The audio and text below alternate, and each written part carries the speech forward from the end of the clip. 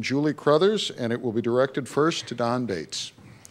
How important is the green energy sector to the future of the U.S. economy, and what would you do to help it? Well, first of all, I personally believe global warming is a hoax. I believe the data is flawed, and the more we read about global warming, the more we see the data, the more we find out what's happening, the more we know that the global warming theory was designed to destroy one economy, and that economy was the United States of America. It's another reason why good, strong Republican presidents have never agreed to the Kyoto Treaty, because, again, it would have done nothing but hurt the United States of America. Now, having said that, should we not do everything we can to be environmentally responsible? Absolutely. Right here in the great state of Indiana, we have an incredible natural resource in coal, especially down in the southern part of our state. Go to my blog, pt2.com.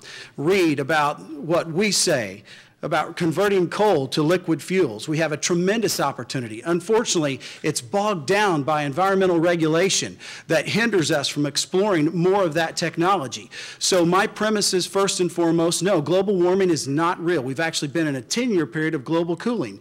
But should we be environmentally responsible? Yes, we should. But what is happening right now on Capitol Hill, especially with cap and trade legislation, is an attempt to hurt the economy of the United States of America, and I'm opposed to that. Thank you, Don Bates. Richard Maney, your answer. Yeah, Julie, I agree. I've been saying that the global warming has been a hoax before it was cool to say it was a hoax, It's just common sense. And I've already kind of given statistics, on our federal Department of Energy and where that's gotten us. Look, we are blessed with many resources right here in our nation. In the states of Colorado, Utah, and Wyoming alone, we have 3 times the amount of oil reserves in shale oil. In our lower 48 states, we have 27% of the world's coal.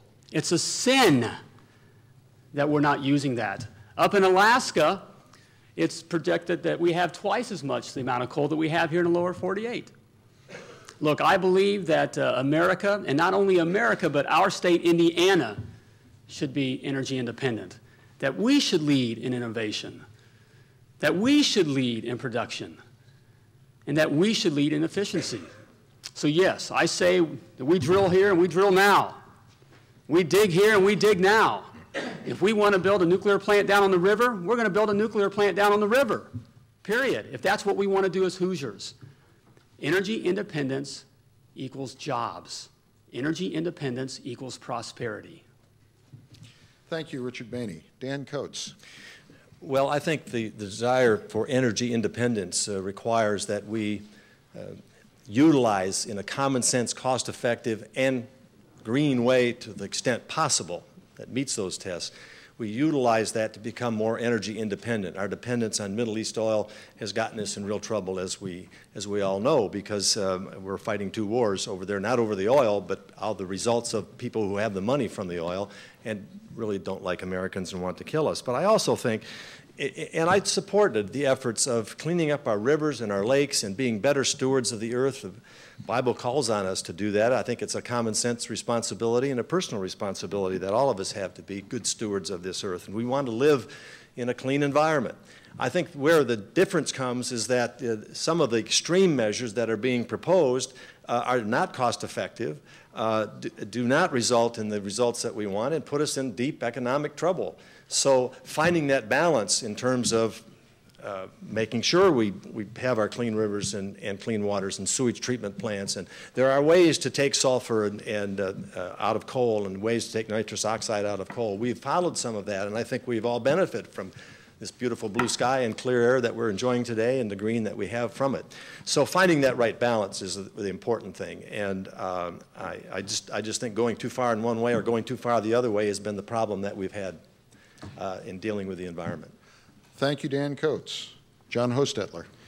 Prior to entering politics, I worked in the utility industry, in the power generation industry, and was involved in maintaining efficiency of some large coal-fired power generation units, and was also involved in emissions compliance testing. I know that the industry, our country, is doing its best to consume fossil fuels in a way that is good for the economy as well as good for the environment. And I left that industry more than a decade ago, and I know that the technology is only evolving to the betterment of, once again, the economy and the environment. We do not have to move away from this in order to pursue this this so-called green economy we're talking about, which is the nature of the question. What will you as politicians, as office holders, do to forward the green economy?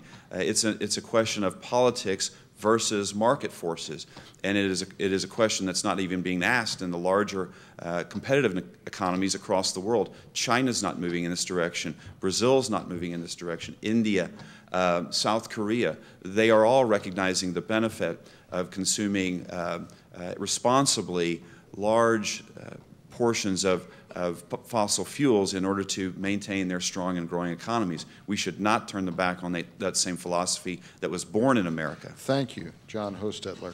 Marlon Stutzman. Well, first of all, Indiana has been one of the leading manufacturing states in the Union. We build things that use energy. Cap and tax would kill Indiana jobs. I believe that we here in Indiana understand that and know that, but also we're responsible. You know, as a farmer, I want clean air, I want clean soil, I want clean water. But also, we have to understand that we would restrict ourselves, we would handcuff ourselves if this legislation were passed. It affects Indiana second only to Texas as far as the repercussions if cap and trade were passed. I believe that Don mentioned the Kyoto Treaty, and I'm glad we have not agreed to that agreement. China is subsidizing their utilities. They're putting down power generation units wherever they need them, and they don't care what sits in the way. I think that we should have everything on the table. I believe that coal should be on the table, nuclear, natural gas. We have an abundance of natural gas here in this state. Wind, solar, all of those green technologies should be on the table as well if they make sense, if they make economic sense, if they make common sense. I believe that we should utilize all of our resources, be drilling in our own resources, rather than depending on foreign oil and sending our dollars to those countries who are rogue nations and want to see our economy destroyed. So I think that we should look at all options available. We're going to see technology come along because of young people and the technology, the research and development that's being done across the country that's going to deal with our energy issues. Thank you, Marlon Stutzman. I see a long line of people waiting to ask questions in the audience, so I think we are going to move to the audience question portion of the debate right